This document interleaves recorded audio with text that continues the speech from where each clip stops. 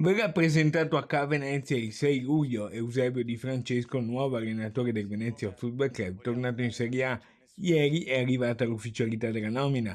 Il 6 luglio potrà così commentare il calendario delle partite di Serie A che verrà stilato ufficialmente il 4 e dal 7 al 20 luglio il nuovo mister forgerà la sua nuova squadra nel ritiro di Falcade.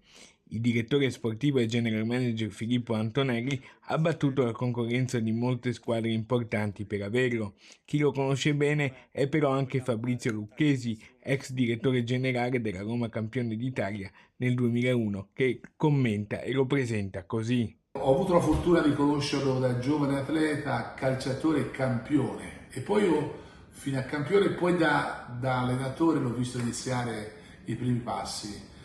Lo ritengo non solo per affetto ma per stima, lo ritengo un allenatore molto capace, persona dai valori umani veramente importanti.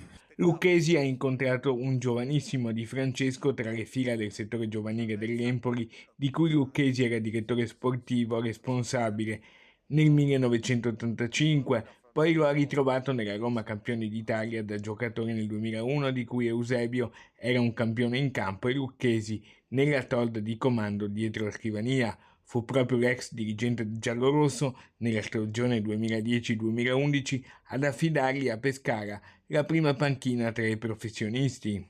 Ha raccolto meno di quello che meritava.